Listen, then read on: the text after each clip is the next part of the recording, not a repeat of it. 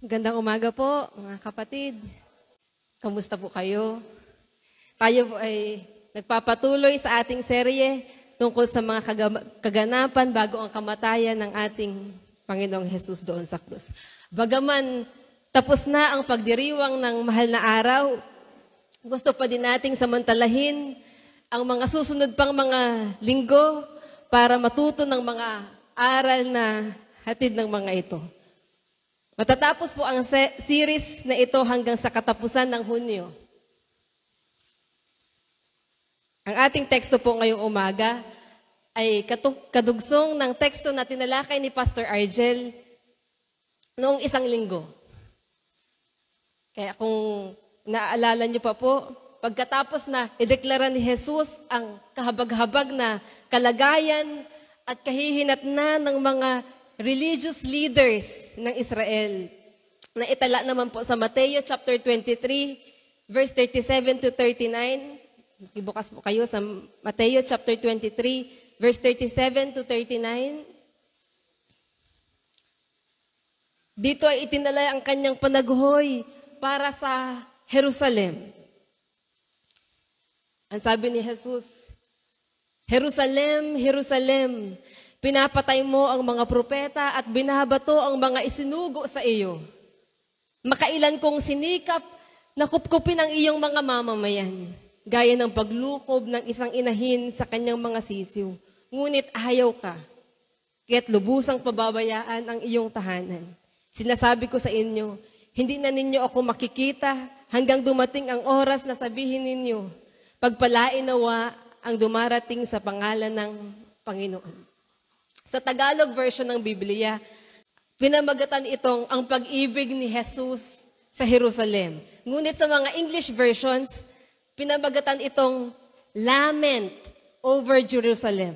Lament, which means a passionate expression of grief and sorrow. Ito isang marubdob na kapahayagan ng matinding kalungkutan o pagdadalamhati. Ito'y panaghoy sa Tagalog na mayroong kasamang matinding panghihinayang. Sa tindi ng pag-ibig ni Jesus sa Jerusalem, tinangisan niya ito tulad ng isang taong nagluluksa sa kanyang nawalang minamahal. Alam ni Jesus ang nakaambang kapahamakan sa bayan ng Diyos. Dahil sa hindi nila pagsisisi, sa kabila ng patuloy na panawagan sa kanila ng Diyos na magsisi. Mula pa lamang sa lumang tipan hanggang sa panahong iyon, paulit-ulit silang tumatalikod sa Diyos. Ngunit paulit-ulit din silang binibigyan ng pagkakataon ng Diyos na magsisi at magnumbalik sa Kanya. Nagsusugo ang Diyos ng mga propeta at mga tao para akayin sila sa pagsisisi at pagnunumbalik sa Diyos. Gayunman sa halip na magpasalamat at tanggapin ang mga taong isinusugo ng Diyos sa kanila, kanila pa itong pinapatay, binabato, inuusig. Ang nakapagtataka, patuloy ang pagsusugo ng Diyos ng mga tao para abutin sila. Nais ng Diyos na sila'y kupkupin, proteksyonan mula sa kanilang mga kaaway, at iligtas mula sa kapahamakang panlupa at sa kapahamakan sa walang hanggan, ngunit ayaw nila. Kaya sinabi ni Jesus na tiyak na hindi sila makakaiwas sa kaparusahang inilaan ng Diyos para sa mga hindi magsisisi at magpapasakop sa paghahari ng Diyos. Bagaman sila'y mahal na mahal ni Jesus. Matindi ang dahilan ni Jesus. Kaya siya na naghoy para sa Jerusalem. Kung sa ating makataong pagtingin, ang Jerusalem ay hindi karapat-dapat na tangisan. Ang dapat sa kanila ay kagalitan at hindi bigyang pansin dahil sa kanilang paglaban at pagmamatigas. Ang dapat sa kanila ay pagtawanan sa kanilang kapahamakan dahil hindi nila pinakinggan ang paulit-ulit na panawagan ng Diyos. Ngunit mga kapatid, ipinakita ni Jesus as ang isang halimbawang dapat nating tularan. ang manangis para sa mga taong hindi nagsisisi at patuloy na napapahamak. Ngayong umaga, ay sasagutin natin ang tanong na, sino-sino ba ang nararapat nating tangisan? Katulad ng ginawa ni Jesus. Una, yung mga ayaw paakay. Sa verse 34a, ay sinabi ni Jesus, Jerusalem, Jerusalem, pinapatay mo ang mga propeta at binabato ang mga sinugo ko sa iyo. Ang mga propeta at ang mga isinugo ng Diyos ay isinusugo para sa kanilang kapakanan at kabutihan. Ngunit sa tuwing nagpapadala ang Diyos ng mga taong magmamalasakit at mag-aakay sa kanila para makita ang kanilang mga kasalanan, magsisi at magbagong buhay, anong ginagawa nila? Pinapatay nila, binabato, inuusig ang mga ito. Ang natural sa ating mga tao ay maghimagsik at lumaban kapag itinutuwid sa ating mga kasalanan. Ayaw natin na tayo'y pinakikialaman. Gusto natin ay patatakbuhin ang ating buhay sa paraang gusto natin. Naghihimagsik tayo at lumalaban dahil gusto natin tayo ang master ng ating buhay. Ngunit sadyang nagpapadala ang Diyos ng mga taong tutulong sa atin para akayin tayo papalapit sa Kanya. Nagpapadala ang Diyos ng mga tagapag-akay upang ipadama ang Kanyang pagmamahal sa atin at ang Kanyang pagnanais na mapabuti ang ating buhay. Kailangan natin, mga kapatid, ng mga taong mag-aakay sa atin sa katuwiran ng Diyos. Kailangan natin ng mga taong magtutuwid sa atin upang hindi tayo mapahamak. Maaring hindi natin pinapatay o binabato ang mga taong ipinapadala ng Diyos para ituwid tayo. Ngunit maaring sa ating puso ay inuusig natin sila at binabaliwala natin ang mga paalaala at saway nila. Ngunit para kanino ba? Bakit sila ipinadala ng Diyos sa atin? Sila ay mga ipinadala ng Diyos para sa ating kapakanan dahil tayo'y iniibig ng Diyos. Kung titingnan lamang natin ang ating mga tagapag-akay bilang probisyon na nagmula sa nagmamahal na Diyos, hindi natin sila uusigin, hindi natin sila lalabanan, hindi natin sila papasakitan o babaliwalain. Sa halip, pakikinggan natin sila at tatalimain. Yung mga taong ayaw paakay ay tunay na kahabag-habag at katangis-tangis. Sa halip na magalit, sinabi ni Jesus, Jerusalem, Jerusalem, pinapatay mo ang mga propeta at binabato ang mga isinugo ko sa iyo. Ito ay mga salitang nagmumula sa isang malambot na kalooban at nadudurog na puso dahil sa kalagayan ng kanyang bayan. Ang paulit-ulit na mga salita ay nagpapahuwatig ng tindi at lalim ng pagdadalamhati, ng pananabik at paghihinayang. Para bang umaasa pa din si Jesus na isang araw ay maaakay pa din sila pabalik sa Kanya. Hindi pa sa isang taong tunay na nagmamahal ay patuloy na nananangis para sa mga taong ayaw magsisi at naghihintay ng may pananabik na nawa isang araw sila'y manumbalik sa Diyos. Hindi ito natural sa atin bilang mga tao, kahit pa bilang mga lingkod, kahit pa bilang mga lingkod ng Diyos, kapag ang ating mga inaakay ay lumalaban at ayaw sumunod, galit o pagkainis ang madalas nadarama natin sa kanila sa halip na awa at kahabagan. Ngunit kailangan muna nating matutunang magmahal katulad ni Jesus upang magawa nating mahabag at magnasa pa din ng pinakamabuti kahit na sa mga taong laban at masuwayin. Si Jeremias ay tinaguruan ding the crying prophet. Ay palaging nananangis para sa bayang Israel.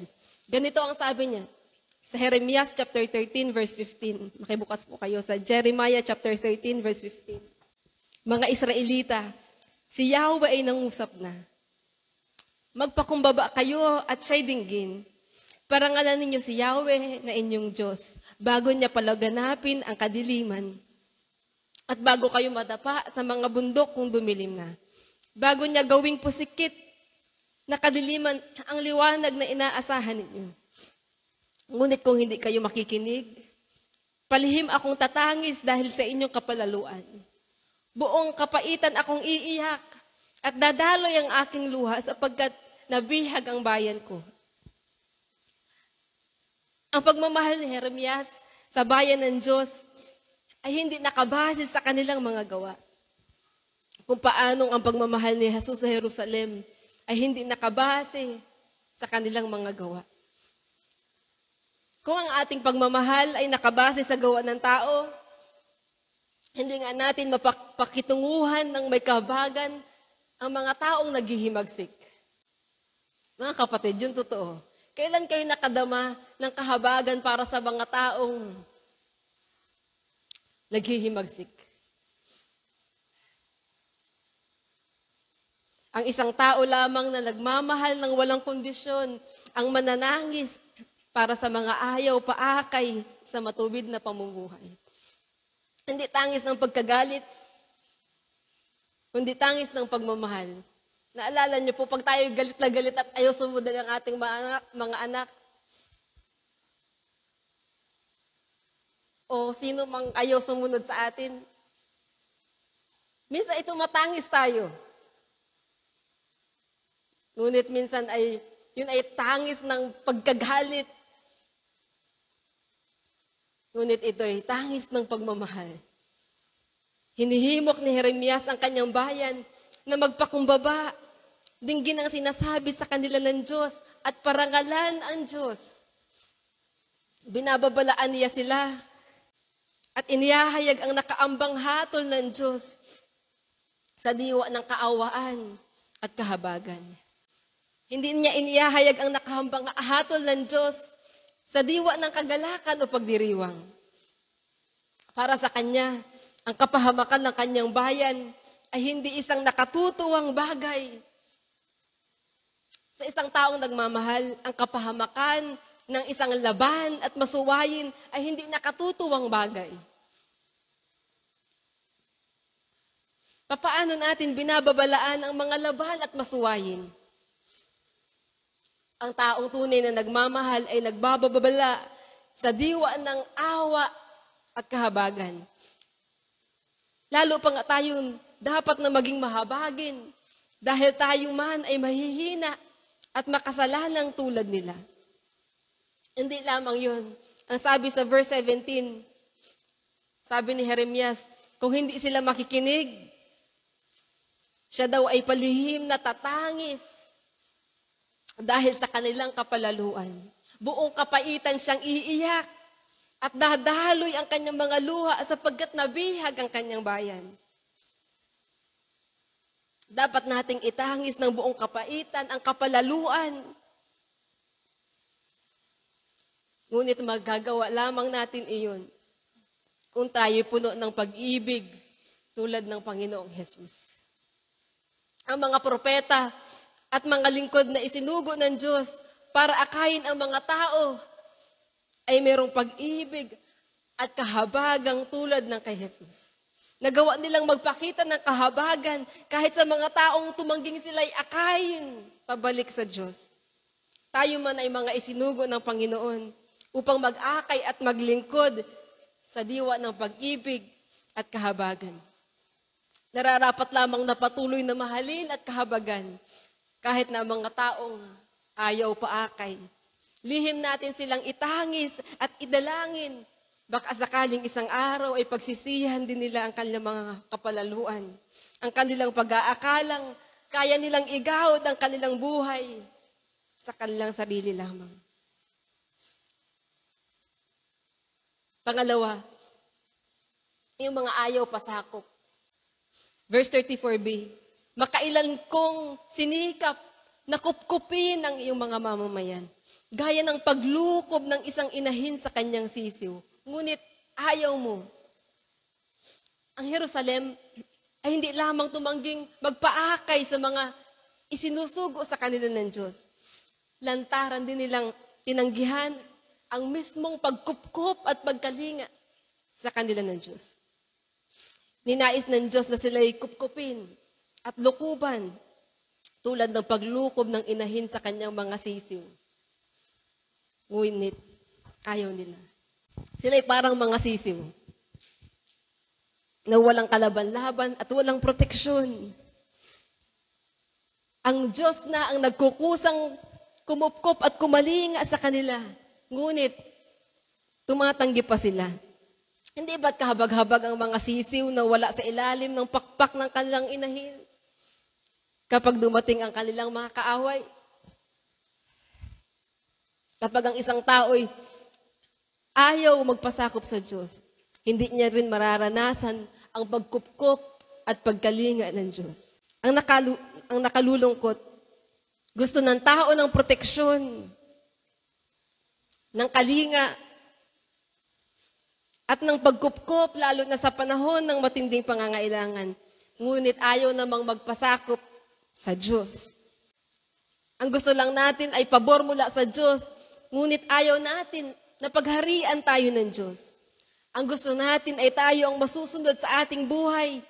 At kapag kailangan natin ng saklolo, dahil na rin sa katigasan ng ating ulo, umaasa tayong tutulungan tayo ng Diyos. Ngunit ang totoo, mga kapatid, mararanasan lamang natin ang pagkalinga at paglukob ng Diyos kung susuko muna tayo sa kanyang pagkapanginoon sa ating buhay. Kaawa-awa tayo kung nagpasya tayong itakwil ang Diyos at mamuhay na hiwalay sa Kanya. Para tayong isang helpless na sisiw. Kapag lumayo tayo sa Diyos, ang katumbas nun ay magpapatiwakal. Anong magandang kinabukasan ang naghihintay sa mga taong ayaw pasakop sa Diyos? Wala. Kaya si Pablo man ay tumatangis dahil sa kapahamakang kahihinatnan ng mga taong namumuhay bilang mga kaaway ng krus ni Kristo. Ang sabi ni Pablo sa Filipos chapter 3 verse 18, tulad ng malimit kong sabihin sa inyo, at ngayoy luhaang inuulit ko, marami ang namumuhay bilang mga kaaway ng krus ni Kristo. Kapahamakan ang kahihinatnan nila sapagkat ang dinidiyos nila ay ang hilig ng kanilang katawan. Ikinararangal nila ang mga bagay na dapat sana nilang ikahiya at ang pinag-uukulan lang nila ng pansin ay ang mga bagay na panlupa. Kahit na si Pablo ay hindi natutuwa na ang mga namumuhay na kaawa ni Kristo ay mapahamak. Ang mga taong ang dinidiyos ay ang hilig ng kanilang katawan. Mga taong ikinararangal ang mga kasalanang dapat sana nilang ikahiya. Mga taong ang pinag-uukulan lang ng pansin ay mga bagay na panlupa. Sila'y tiyak na mapapahamak. Kung isa tayo sa mga namumuhay ng ganito, dapat tayong manangis para sa ating sarili at magsisi at tumalikod sa ating mga kasalanan. Kung nakakakita naman tayo ng mga taong ganito, pagkahabag nawa ang madama natin sa ating puso sa halip na pagkamuhi. Ang sabi ni Pablo, marami ang namumuhay bilang mga kaaway ng krus ni Kristo. Lalo tayong dapat na manangis kung marami pa sa mga taong kakilala natin, kapamilya natin, o kaibigan natin, ang hanggang ngayon napapahamak pa din. Dahil patuloy na namumuhay ayon lamang sa gusto nila. Ibahagi natin ang ebanghelyo sa kanila. At kung tumanggi pa rin sila, manangis tayo para sa kanila. At hayaan naman natin kasangkapanin tayo ng Diyos upang makarating pa ang ebanghelyo sa mga taong hindi pa nakaririnig nito. Hindi tayo dapat na manatili sa kalagayang parang walang pakialam kahit na mapahamak pa ang mga tao. Kung tayo yung mga tunay na lingkod ni Kristo, hindi tayo masisiyahan na ang mga tao sa ating paligid ay patuloy na napapahamak. Hindi natin dapat ipagkibit-balikat na lamang ang kalagayan ng mga taong hindi pa pinaghaharian ni Kristo. Kapain natin ang laman ng puso natin. Nakadarama pa ba tayo ng pagkabahala para sa kanila? Nakadarama pa ba tayo ng kabigatan para sa kanila? Sa tindi ng pagmamalasakit ni Pablo sa kanyang mga kapwa Hudyo, ganito ang sabi niya sa Roma chapter 9 verse 1 to 3. Saksi ko si Kristo, nakatotohanan ang sinasabi ko. Hindi ako nagsisinungaling. Saksi ko rin ang Espiritu Santo na malinis ang aking budhi at sasasabihin kong ito sa inyo. Matindi ang aking kalungkutan at di mapawi ang pagdaramdam ng aking puso tungkol sa aking mga kalahi at mga kababayan. Ano pat mamatamisin kong ako'y sumpain at mawalay kay Kristo alang-alang sa kanila. Napaka-rubdob ng pagmamalasakit ni Pablo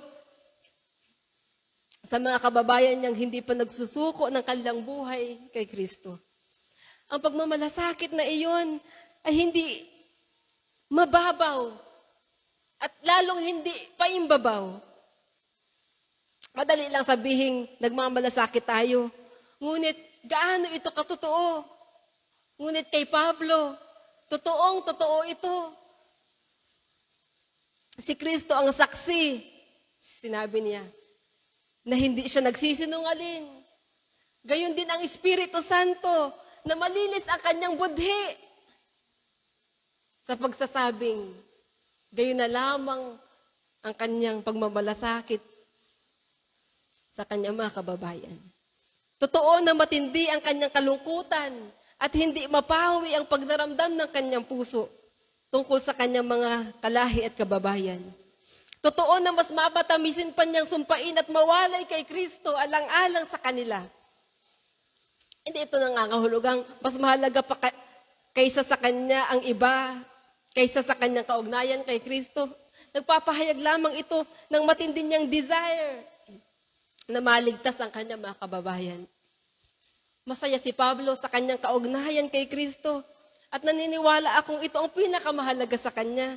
Ngunit merong hindi mapahawing pagdaramdam at matinding kalungkutan sa kanyang puso para sa mga kababayan niyang wala pa kay Kristo.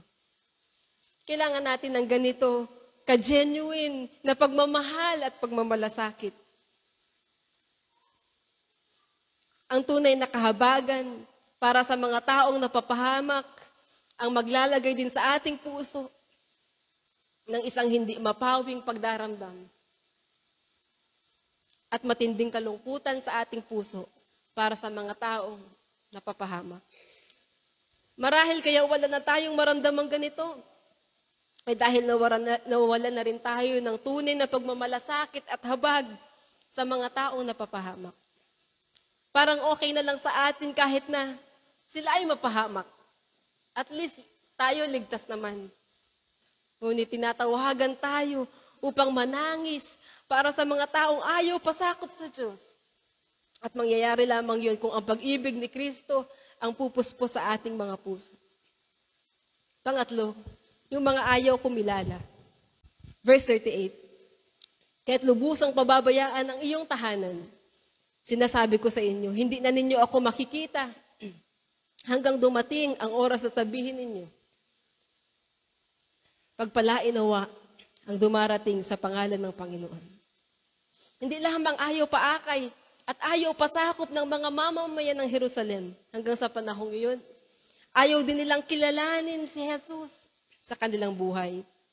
Kaya naman sinabi ni Jesus na sila'y lubusang pababayaan ang kanilang tahanan at hindi na nila makikita si Jesus hanggang sa dumating ang oras na sabihin nila Pagpalain nawa ang dumarating sa pangalan ng Panginoon.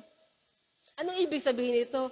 Ang pagsasabi ng pagpalain nawa ang dumarating sa pangalan ng Panginoon ay katumbas ng pagkilala at pagtanggap sa sino mang isusugo ng Panginoon. Nanaghoy si Jesus para sa Jerusalem, sapagkat dahil sa kanilang hindi pagkilala sa Diyos at sa mga taong isinusugo niya, tuluyang aalisin ng Diyos ang kanyang presensya sa kanila. Yun ang ibig sabihin ng lubusang pababayaan ng kanilang tahanan. Sa Good News Bible, and so your temple will be abandoned and empty. Kahabag-habag ang kanilang kalagayan dahil ang templo na dapat ay panahanan ng presensya ng Diyos ay tuluyan ng aabandonahin ng Diyos. Hindi ba't ang nakakahabag na kalagayan ay ang mawalay sa presensya ng Diyos? Ang i-withhold ng Diyos ang kanyang presensya dahil sa ating mga kasalanan, hindi pinagsisisihan. Nariyan nga ang Diyos, sapagkat siya ay Diyos na nasa lahat ng dako, ngunit hindi na niya ipinapadama ang kanyang presensya. Ang kanyang pagiging malapit, ang kanyang pagmamahal. Sa langit, naroon ang Diyos para ipadama ang kanyang walang hanggang pag-ibig. Sa impyerno, naroon din ang Diyos, ngunit para ipadama ang kanyang walang hanggang puot. Kahabag-habag at katahangis-tahangis kung gayon ng mga taong hindi tatalikod sa kanilang mga kasalanan at patuloy na hindi kikilala sa Diyos at sa ating Panginoong Jesus. Kaya naman ang pinahihirapan ni Jesus, ang mga sundalo, pinahihirapan si Jesus ng mga sundalo at ang mga babaeng tagasunod niya ay nananaghoy at nananambitan dahil sa kanya. Sinabi sa kanila ni Jesus na huwag nila siyang tanggisan, kundi ang kanilang mga sarili at ang kanilang mga anak. Lucas chapter 23 verse 27. Sinusundan si Jesus ng maraming tao, kabilang ang mga babaeng nananaghoy at nananambitan dahil sa kanya. Nilingon sila ni Jesus at sinabi sa kanila, mga kababaihan ng Jerusalem, huwag ninyo akong tangisan. Ang tangisan ninyo ay ang inyong sarili at ang inyong mga anak. Tandaan ninyo, darating ang mga araw na sasabihin nila, mapalad ang mga baog, ang mga sinapupunang hindi nagdalang tao, at ang mga dibdib na hindi nagpasuso. Sa mga araw na iyo'y sasabihin ng mga tao sa mga bundok, gumuho kayo sa amin. At sa mga burol, tapunan ninyo kami. Sapagkat kung ganito ang ginagawa sa kahoy na sariwa, ano naman kaya ang gagawin sa tuyo? Hindi si Jesus ang kaawa-awa, bagaman napakatindi ng paghihirap na dinanas niya dahil sa ating mga kasalanan. Ang tunay na kaawa-awa ay ang mga mamamayan ng Jerusalem dahil hindi nila kinilala si Jesus. Kailan may hindi kawawa ang mga taong sumusunod at tumatalima sa Diyos? Ang kawawa ay sila at ang kanilang mga anak dahil mas matindi pa sa dinanas ni Jesus ang daranasan nila dahil sa ginawa nila sa Panginoong Jesus. Si Jesus ang tinutukoy na kahoy na sariwa. Ang Israel naman ang kahoy na tuyo. Kung si Jesus na walang anumang kasalanan ay nagdusa at pinarusahan ng gayon, lalong higit ang kaparusahan sa mga lumalapastangan at hindi kumikilala sa Kanya. Sila'y tulad ng tuyong kahoy na angkop na sunugin sa apoy, sa naglalagablab na apoy sa walang hanggan. Totoong dumating ang araw na sinabi ng mga mamamayan ng Jerusalem na mapalad ang mga hindi nagkaanak.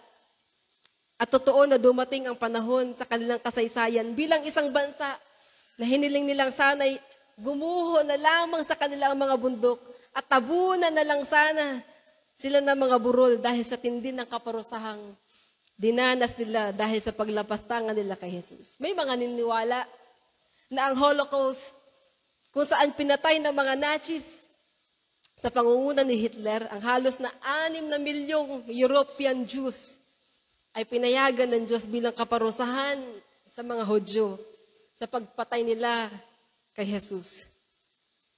Kaya tunay na kahabag-habag ang mga taong hindi kikilala sa Panginoon. Sa paningin ng mundo, ang kaawa-awa ay ang mga nagsasakripisyo alang-alang sa pagsunod kay Jesus. Ngunit sila pa nga ang tunay na mapalad. At ang tunay na kahabag-habag ay ang mga tumatangging magpasakop, magsuko ng buhay, at kumilala kay Jesus. Sino ang tunay na kahabag-habag? Yung mga tumatangging magpasakop, magsuko ng buhay, at kumilala kay Jesus. Ano kaya ang kalagayan natin sa harapan ng Diyos? Tayo kaya ay tunay na mapalad? O kasama pa sa mga taong karapat-dapat na tangisan? O kung hindi na tayo kabilang sa mga taong mapapahamak, ano naman kaya ang kalagayan ng mga taong nakapaligid sa atin? Nababahala pa ba tayo? Kapag nalaman natin sila'y napapahamak pa, may nadarama pa ba tayong kahabagan para sa kanila? Itinatangis pa ba natin sila sa ating mga panalangin? Pagdating sa Lucas chapter 19, verse 41 to 42, muling tinangisan ni Jesus ang Jerusalem. Nung siya'y papasok na at natananon niya ang Jerusalem. Lucas chapter 19, verse 41. Nang malapit na siya sa Jerusalem at matanaw niya ang lungsod, ito'y kanyang tinangisan. Sinabi niya, kung nalalaman mo lamang sa araw na ito, kung ano ang makapagdudulot sa iyo ng kapayapaan. Ngunit lingid ito ngayon sa iyong paningin. Ang dahilan kung bakit ayaw nilang paakay, pasakop at kumilala sa Diyos at sa sino mang isinusuko ng Diyos ay dahil sa kanilang kabulagang espiritual. Lingid ito sa kanilang paningin. Hindi nila nakikita ang kailangan nila ng mga taong mag-aakay sa kanila pabalik sa Diyos. Hindi nila nakikita ang kailangan nila ng pagkalinga ng Diyos. Hindi nila nakikita ang nasa kalagitnaan na nila ang matagal na nilang hinihintay na tagapagligtas. Si Jesus ang hinihintay nila na magdulot sa kanila ng kapayapaan. Ngunit hindi na nila makita dahil sa kanilang kabulahagang espiritual. Itinangis ni Jesus ang kanilang kabulahagang espiritual. Nararapat din lamang nating itangis ang kabulahagang espiritual ng mga taong inilapit sa atin ng Diyos. Sinabi ko sa panimula na ipinakita ni Jesus ang isang halimbawang dapat nating tularan. Ang manangis ng may buong kahabagan para sa mga taong hindi nagsisisi at patuloy na napapahamak. Ito ang iniwang halimbawa ni Jesus.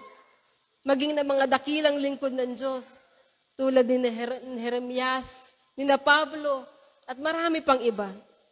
Marahil ito ang nakalimutan na ng maraming Kristiyano sa ating kapanahunan.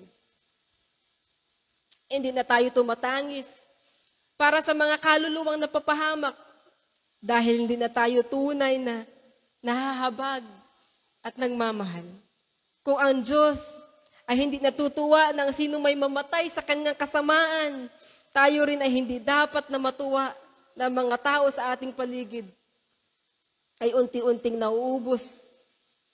Ngunit wala tayong ginagawa. Ang sabi ng Diyos sa Ezekiel chapter 33 verse 11, Ezekiel 33 verse 11, sabihin mong ipinasasabi ko na akong si Yahweh, ang buhay na Diyos, ay hindi natutuwa na ang sino may mamatay sa kanyang kasamaan.